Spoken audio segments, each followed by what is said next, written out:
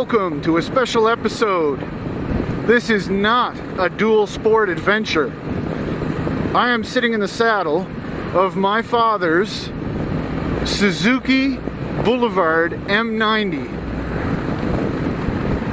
That's right, 90 cubic inches. That's a bit of a stretch from my usual mount, which is a Kawasaki KLX 250. And well, I've really kind of been in awe of this thing to be able to start talking any sooner. I've already done, I don't know, 20 kilometers, and I've been speechless. First impressions are gone. Like, I'm still jittery, for God's sakes. This thing is so potent. And yeah, I don't know what to say. Well, I guess initially, if there's anything kind of strange about this motorcycle, is it doesn't have a tachometer, and you know, it's kind of deceiving because of that low rumble that you get instead of my usual pingy thump from my little bike. This thing, if I had to guess, I would say it redlines at like 6,000 RPM, being a big old V-twin, and it really has sort of a sweet spot. It does what any bike does at really low RPM, like when you get down around, you know, 1500 or less at cruising speed, she starts to blah, blah, blah, blah, blah, blah, blah, and it really doesn't like that. But at the other end of the spectrum, it seems it does the same thing, and if I had to guess again, it would be probably anything over 4,000 or maybe 4,500. So the usable RPM seems to be between the 2,000 and maybe you would go as high as, say, 4,500 RPM.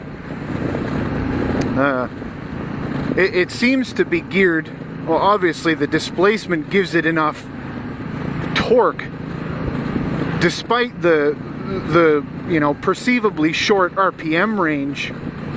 The gears are pretty long, and if I get on the highway up here, I'll be able to show you, but definitely stick around, because we're going to do a highway run near the end of the video, if not in the next few minutes. So I think the first thing I noticed when I got on this motorcycle and actually rolled away was the ergonomics. They're totally alien to me, coming from a small, lightweight Dualsport that's, you know, in my opinion, essentially a beefy bicycle with a 250cc engine.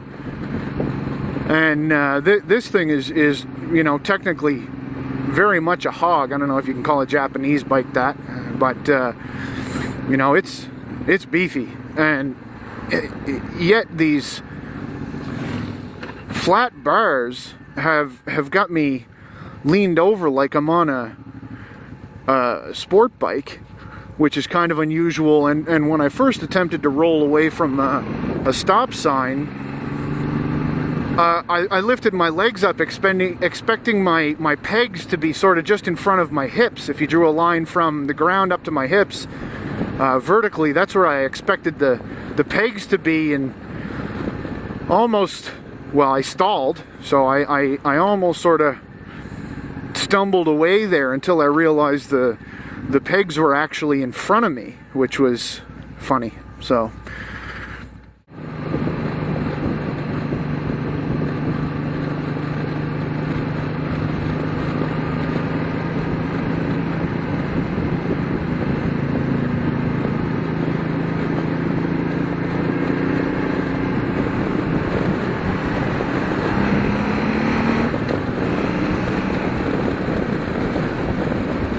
this motorcycle has all the power in the world. I can't imagine driving the motorcycle that's got an even higher displacement than this one.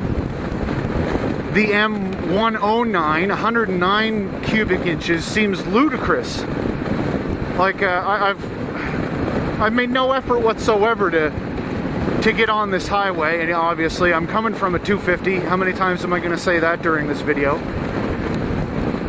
And that thing is wound to the gills. You're revving it for everything it's worth to be able to move an inch, comparatively speaking. This is just totally uncharted territory for me. It's riding like a dream. Virtually no vibration coming through the bars, slightly coming through the pegs, but you know, you can see how that'd be livable, especially with a decent set of boots on, which I don't have. They're pretty cheap boots that I wear while riding a motorcycle. So I guess it's everything that you would expect. You're still in touch with the machine. It's not a ride on a cloud at all, but very close. Riding this motorcycle reminds me of something that a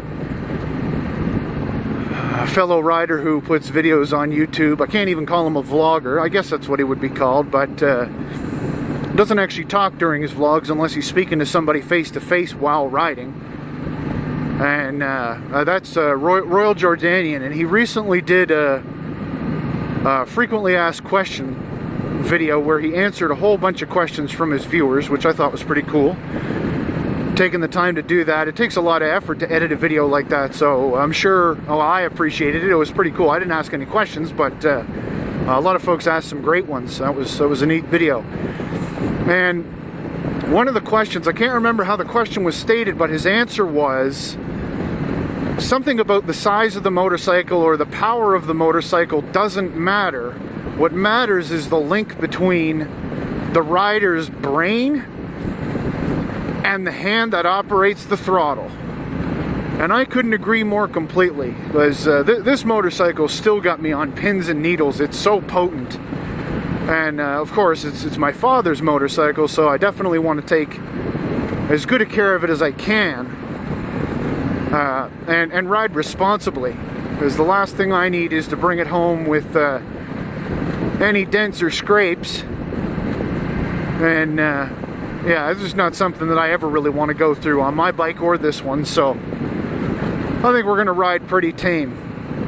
And the reason why I'm saying that out loud, it's almost a self-reminder, because I am riding towards one of the most popular motorcycle roads in my area that runs along the side of a fairly large lake, and it is nothing but twists and turns, and they're close, furious, and they're constant elevation changes. And they're not huge elevation changes, but they'll get you up off the seat if you crest any of these hills at any kind of rate of speed. So